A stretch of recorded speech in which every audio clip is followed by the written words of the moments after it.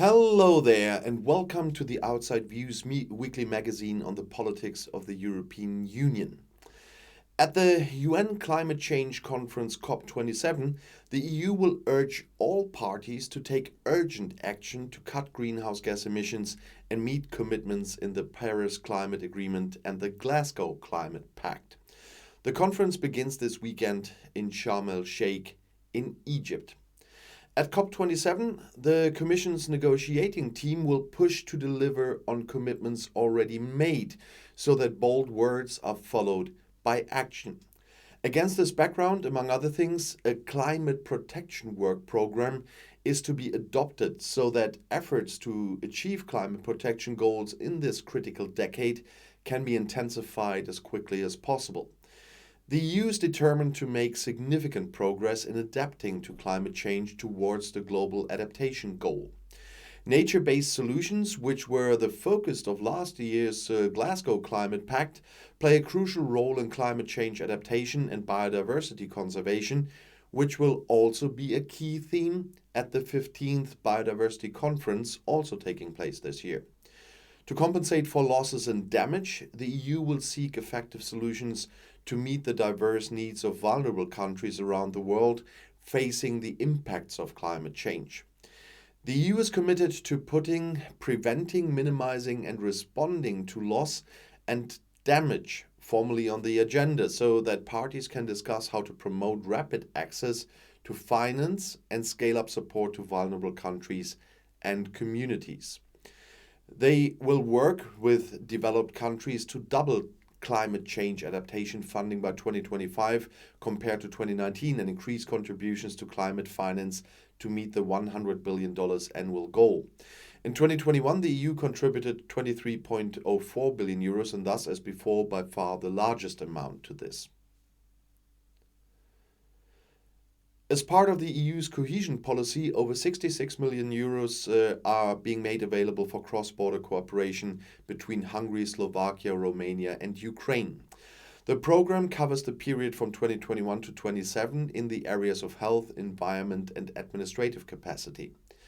The Commission has now adopted the corresponding first program for cross-border cooperation. It's the so-called Interreg Next, Hungary, Slovakia, Romania, Ukraine. The Commissioner for Cohesion and Reforms, Elisa Ferreira, described the program as part of the EU support and unwavering solidarity with Ukraine. Ukraine is part of the European family, and this is another tangible sign of working together on a common path, she said. Interreg will help Ukraine and neighboring member states to tackle common challenges and seize common opportunities. The cohesion policy program has several objectives. One is equal access to healthcare, greater resilience of the healthcare systems.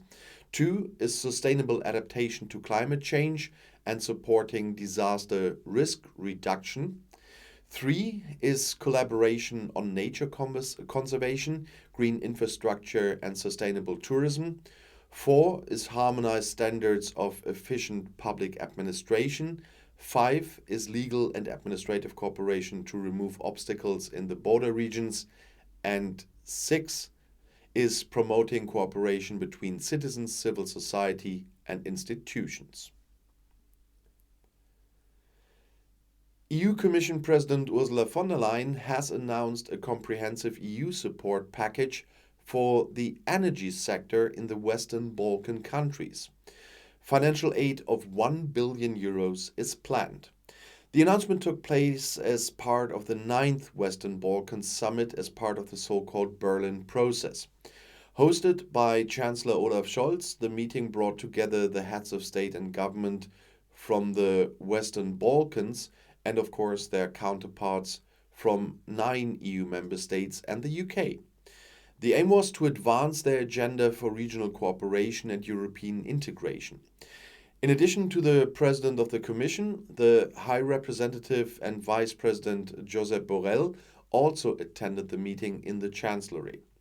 He stressed that the EU stands by the Western Balkans to deal with the consequences of Russia's aggression against Ukraine and the use of energy as a weapon.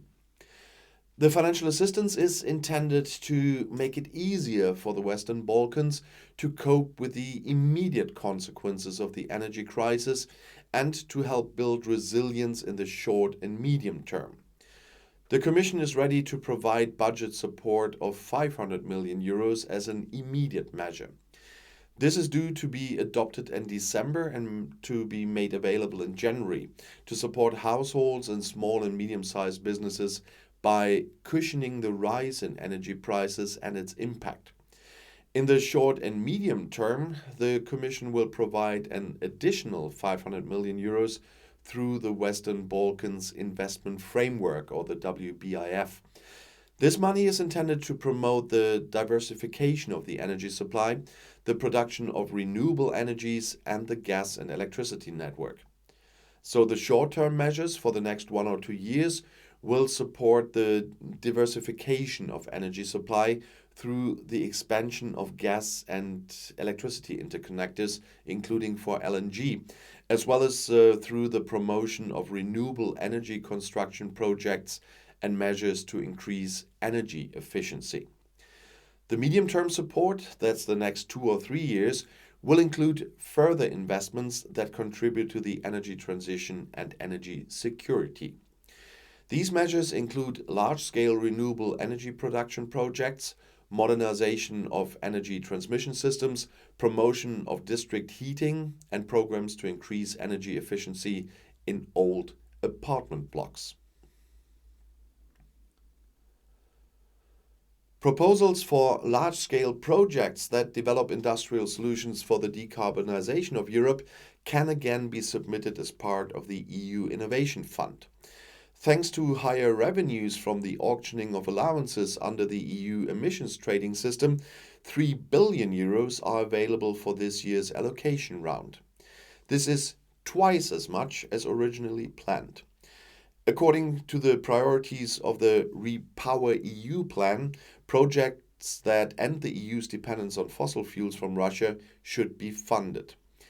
Specifically, the call for proposals is looking for projects covering the following topics.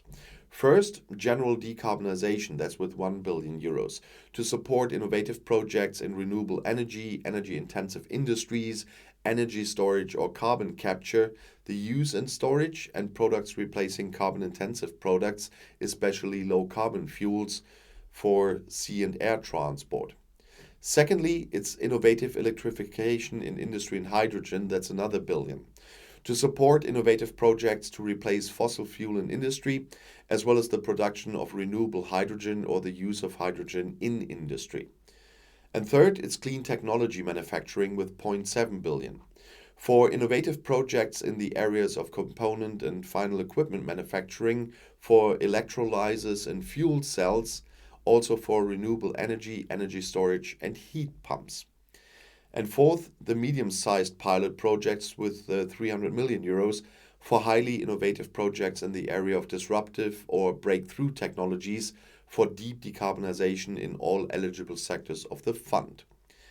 The call for proposals is open until March 16th for projects in EU member states and in Iceland and Norway. Projects applications can be submitted via the EU portal for grants and calls for tender, where information about the entire process is available. Applicants will be informed of the results of the assessment in the second quarter of 2023. Grants and project signatures will take place in the fourth quarter of 2023. The EU Innovation Fund is one of the world's largest funding programs for the demonstration and commercialization of innovative low-carbon technologies. It is financed by income from the auctioning of certificates from the EU's emissions trading system, as I said. So far, there have been 2 rounds of grants in which grants of 1.1 billion euros and 1.8 billion euros have been awarded to 7 and secondly 17 projects respectively. The new bridge between Cameroon and Nigeria, funded through the EU's Global Gateway Initiative, connects strategic transport corridors in Africa. It was the last missing link in an important 400-kilometer transport corridor between Central and West Africa. The European Union, the governments of Cameroon and Nigeria, and the African Development Bank have inaugurated the cross-river bridge at the Ekok-Mfun border crossing between Cameroon and Nigeria and a new joint border post in Mfun in Nigeria. The project is part of the Global Gateway initiative, as I said. Global Gateway carries out sustainable and high-quality projects that are geared to the needs of the partner countries and ensure lasting benefits for the local people. Global Gateway is the EU's contribution to closing the global investment gap. The initiative comes in line with the June 2021 G7 commitment to create a value-based and transparent infrastructure partnership to address global infrastructure development needs. It is also fully aligned with the United Nations 2030 Agenda and its Sustainable Development Goals and with the Paris Climate Agreement. Between 2021 and 2027, Team Europe, that means the EU institutions and EU member states, are to mobilize up to 300 billion euros in investments in digital, climate and energy, transport, health, education and research. The inaugurated bridge shows the EU stepping up sustainable investments in partner countries under the Global Gateway Africa-EU investment package announced at the EU-Africa Summit in February this year.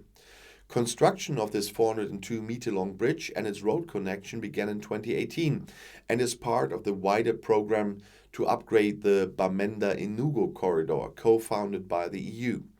It involves the construction of a dual carriageway of more than 400 kilometers between Bamenda in Cameroon and Enugu in Nigeria, with rest areas, toll booths and way stations to ensure the proper maintenance of the infrastructure. Urban and rural roads will also be upgraded as part of this program. And in addition, socio-economic infrastructures are also being developed, with a focus on improving the living conditions of young people and women and empowering them. The construction of a common border inspection post is part of the measures to promote traffic and transit in this corridor. The EU has approved a €25 million grant to build the bridge, which has mobilized additional financial support from the African Development Bank and the Japan International Cooperation Agency, JICA. In addition, there were financial contributions from the governments of Cameroon and Nigeria. With the commissioning of the bridge, the potential of the corridor can now be fully exploited.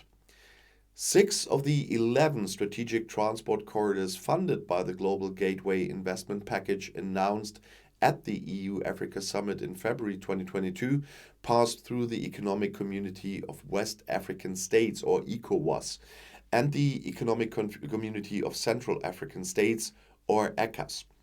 These corridors will facilitate trade and mobility, both within Africa and between Africa and Europe. They will also encourage investment in sustainable, efficient and secure connections between the two continents, while developing new value chains that will benefit their industries. During her visit to Ukraine on Tuesday, EU Energy Commissioner Kadri Simpson discussed immediate and concrete support for the country's badly damaged energy sector with President Volodymyr Zelensky, also with the Energy Minister German Galushenko and also international partners. Russia's ongoing targeted attacks on Ukraine's energy infrastructure over the past few weeks and months have hit more than 30% of the country's energy system. The EU, together with the member states and private companies, has already delivered energy emergency equipment worth several million euros to Ukraine. But with Russia's escalating attacks, even stronger support is needed now. In addition to the necessary equipment, 25.5 million euros has been made available through the Energy Sector Support Fund in Ukraine, set up by the Commission jointly with the energy community to address urgent needs. The Commission, the Ministry of Energy of Ukraine, and the energy community will jointly launch a targeted campaign to mobilize further support from the private sector in the coming days. A few days ago, the European Commission and the G7 presidency called for an international Marshall Plan for Ukraine that would pave the way for the immediate and sustainable reconstruction of the country.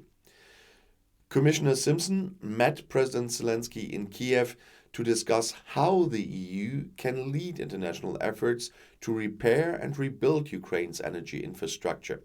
She also attended the first meeting of the International Energy Advisory Council for Ukraine. That's a new forum announced by Minister Galushenko at the EU Energy Ministers meeting in Prague in mid-October. Through this council, the efforts of all participating countries are coordinated and technical assistance is provided by balancing Ukraine's needs and potential donations. The visit also provided Commissioner Simpson with the opportunity to co-chair with the Energy Minister the EU-Ukraine High-Level Energy Dialogue, which discussed the immediate needs of the energy system and the security of supply situation in Ukraine, as well as the reconstruction and decarbonization of the Ukrainian energy system. At the meeting, the Commissioner announced that 13 million euros had been allocated to repair laboratories damaged by Russian invaders at the Chernobyl nuclear plant site. In addition, the EU intends to provide an additional 3.5 million euros to support Ukraine in this sector through the International Atomic Energy Agency. The Commissioner also met members of Ukraine's parliament, the Verkhovna Rada, and held discussions with representatives of Ukrenergo and other Ukrainian energy companies. On November 1st, the EU law on digital markets, the DMA, came into force. The new regulation put an end to unfair practices by companies acting as gatekeepers in digital markets. It was proposed by the Commission in December 2020 and adopted by the European Parliament and the Council in record time in March 2022. The Digital Markets Act provides a narrowly defined set of objective criteria for classifying a major online platform as a gatekeeper. These are digital platforms that act as an important bridge between business users and consumers and, because of their position, have the power to set the rule as a private actor and channel market access in the digital economy. To address any issues, the Digital Markets Act will set out a series of obligations such gatekeepers must comply with and prohibit them from certain types of conduct. The Digital Markets Act contains a list of obligations and prohibitions that gatekeepers must comply with in their day-to-day operations in order to ensure fair and open digital markets. These commitments will help companies compete in markets where they can challenge and compete with gatekeepers based on the merits of their products and services, giving them more scope for innovation.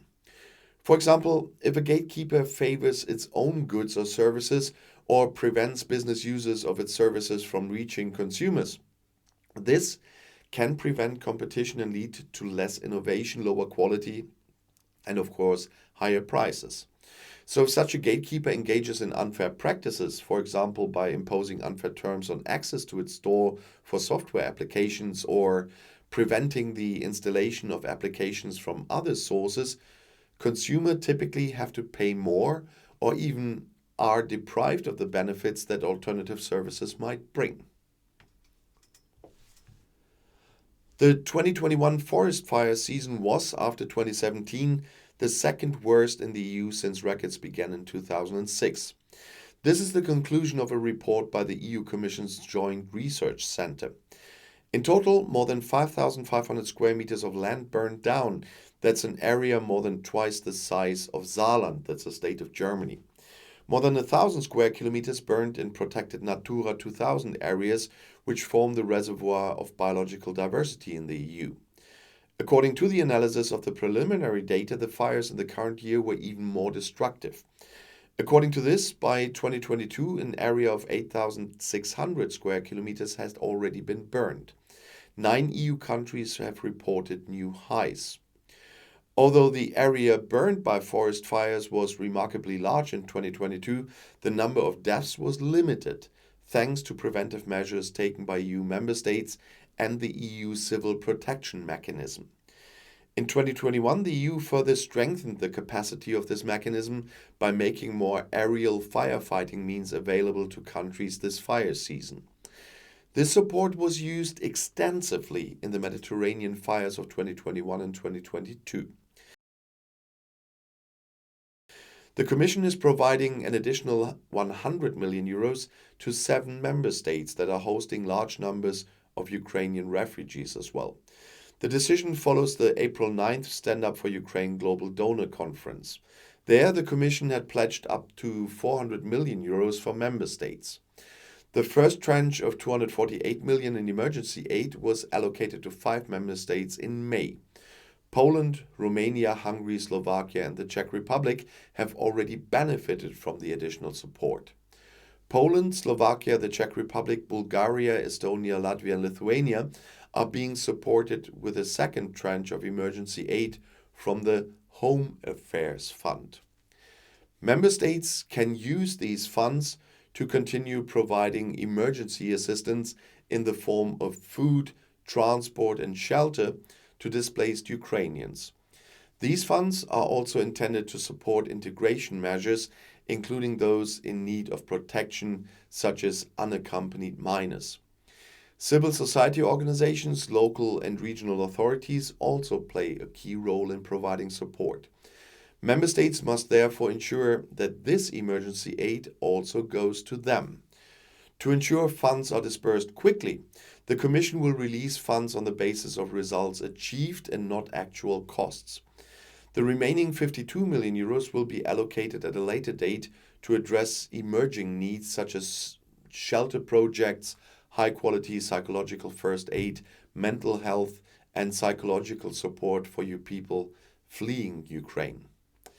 And that concludes this weekly magazine, but I hope to see you again next week. And of course, in the meantime, in the video description, there's a list of all my channels and all schedules, so you can visit me every day.